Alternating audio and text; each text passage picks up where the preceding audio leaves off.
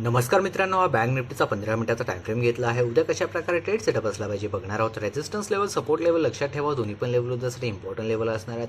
Bank निफ्टीमध्ये आज आपल्याला गॅप डाऊन ओपनिंग बघायला मिळालं आहे, तर स्लो अँड स्टडी वरच्या साईडला रिकवर करण्याचा प्रयत्न केला आहे आणि सेकंड हाफमध्ये पूर्णपैकी साइडवेज मोमेंटम बघायला मिळालेला आहे। या ठिकाणी प्रीमियम डिके झालेला आहे। गॅप डाऊन ओपनिंगमुळे या ठिकाणी आपण ट्रेड प्लॅन केलेला नव्हता।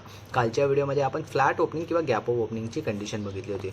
उद्या ट्रेड करताना लक्षात ठेवा, फ्लॅट जर ओपनिंग होत असेल तर ही रेंज ब्रेकआउट होत असेल, लेवल आहे 51,440 ब्रेकआउट होत असेल तर वरच्या साईडला लॉंग पोझिशनसाठी जाऊ शकता।